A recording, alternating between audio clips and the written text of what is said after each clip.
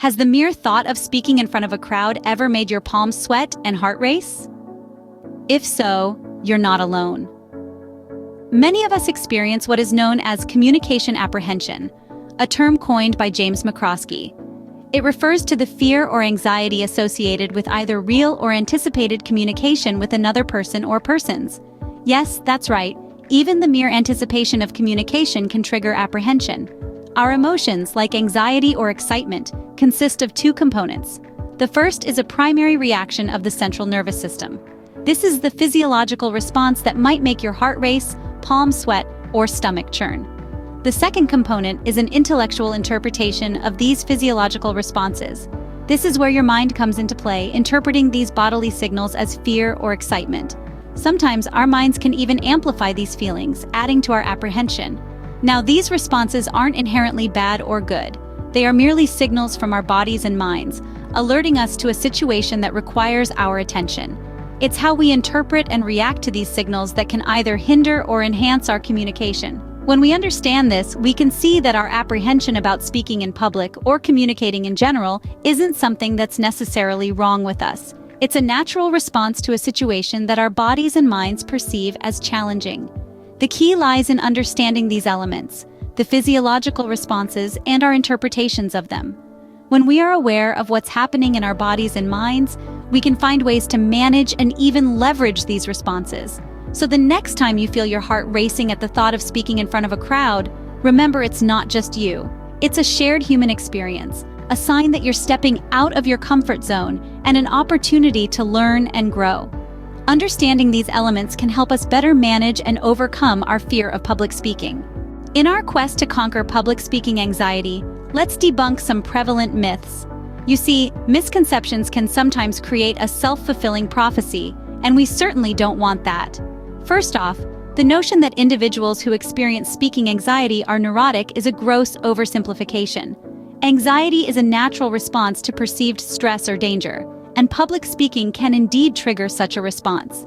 It's our body's way of saying, hey, this is important, let's get ready. So no, you're not neurotic, you're human. Next, let's address the idea that starting a speech with a joke always lightens the mood. While humor can be an effective icebreaker, it's not a one-size-fits-all strategy. A joke can fall flat or worse, offend, if it's not tailored to the audience or the occasion. It's all about context, folks. Now, how about the age-old advice to imagine the audience in their underwear? This might work for some, but for many, it can be more distracting than helpful. Instead, try focusing on your message and its importance to your audience. And what about the myth that any mistake means you've blown it? Let's dispel that right now. Everyone makes mistakes. Even the most seasoned public speakers slip up sometimes.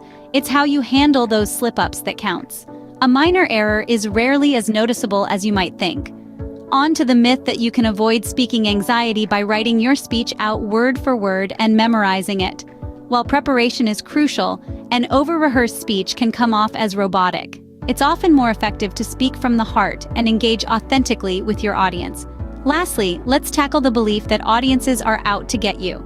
In reality, most audiences want you to succeed. They're there to learn from you, not to judge you. And remember, feeling a bit of nervousness can actually enhance your performance by keeping you alert and energized. So, embrace those butterflies. Eliminating these myths from our mindset is the first step towards overcoming public speaking anxiety. To deal with our fear of public speaking effectively, we need to understand its different forms. Communication apprehension, as coined by James McCroskey, is a broad term that covers the fear and anxiety one might feel when communicating with others. This apprehension can take on different forms, namely trait, context, audience, and situation. Trait anxiety measures how we generally feel across situations and time periods. It's like a personal trait, a part of us that can make us apprehensive in various communication settings. This is the kind of anxiety that lingers, regardless of who we're speaking to or what we're speaking about. Next, we have context anxiety. This form of anxiety is driven by specific communication contexts. The formality of an event, the uncertainty of a situation, or the novelty of an experience can heighten this form of apprehension. For instance, if you're asked to give an impromptu speech at a formal event, you may experience context anxiety. Audience anxiety, on the other hand, is prompted by specific audience characteristics. Think of the times you've been tasked with speaking to a large audience, or a group of individuals who are your seniors, or perhaps people who you're not familiar with. Factors like audience size, familiarity, similarity, and subordinate status can contribute to this form of apprehension.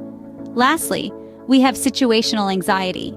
This is the apprehension created by the unique combination of influences generated by audience, time, and context. Each communication event is unique, involving several dimensions like physical, temporal, social, psychological, and cultural.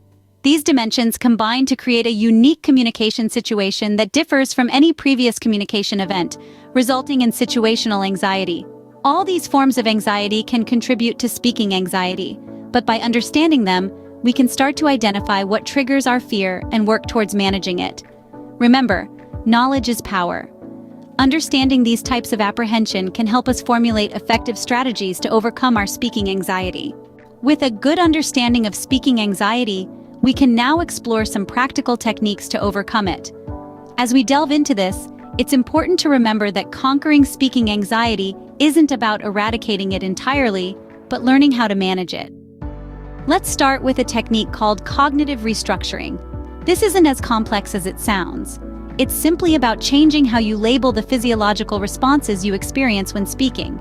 For instance, instead of interpreting your racing heart as a sign of impending disaster, you can reframe it as your body gearing up to help you perform at your best. Your sweaty palms and trembling hands? That's just your body's way of preparing you for action. This shift in perspective can make a world of difference. Now let's move on to another technique, positive self-talk. This is about replacing negative thoughts with positive ones. Instead of telling yourself, "I'm gonna mess this up," tell yourself, "I'm prepared, I'm knowledgeable, and I can do this." Remember, our thoughts have power. They can either fuel our anxiety or help us keep it under control. Another powerful tool at our disposal is visualization. Picture yourself delivering your speech confidently and flawlessly. Visualize the positive reactions from your audience. This mental rehearsal can boost your confidence and reduce your anxiety. There's also the concept of systematic desensitization. This is a behavioral modification technique that helps individuals overcome anxiety disorders, and it can be incredibly effective for speaking anxiety. It involves gradually exposing yourself to the situation that causes your anxiety, in this case, public speaking. Start by visualizing yourself speaking in front of a small, supportive group. Once you're comfortable with that, move on to a slightly larger group, and so on. By taking these gradual steps, you can slowly desensitize yourself to the fear of public speaking. Lastly, don't underestimate the power of practice. The more familiar you are with your material, and the more you rehearse, the less room there is for anxiety. Practice in front of the mirror, record yourself and play it back, or practice in front of a trusted friend. Each time you rehearse, you're building confidence and reducing anxiety. Remember, everyone experiences some degree of speaking anxiety. It's normal. But with these techniques, cognitive restructuring, positive self-talk, visualization, systematic desensitization, and practice, you can manage your speaking anxiety more effectively. The key is to be patient with yourself. Change won't happen overnight, but with persistence and practice, you'll see improvements. Don't be too hard on yourself, and remember to celebrate your progress no matter how small. These techniques can help us change our perspective on public speaking and manage our anxiety more effectively. With time and practice, you'll find yourself not only surviving your public speaking engagements, but thriving in them. We've debunked myths, understood our fears, and learned techniques to overcome speaking anxiety. Remember, communication apprehension is not a sign of neuroticism, nor is it a blight that marks every speech you give. It's a common experience that can be managed and even used to improve your public speaking skills. We've learned that telling a joke or imagining the audience naked isn't always the best approach. Instead, understanding the types of apprehension trait, context, audience, and situation can provide insight into your personal speaking anxiety.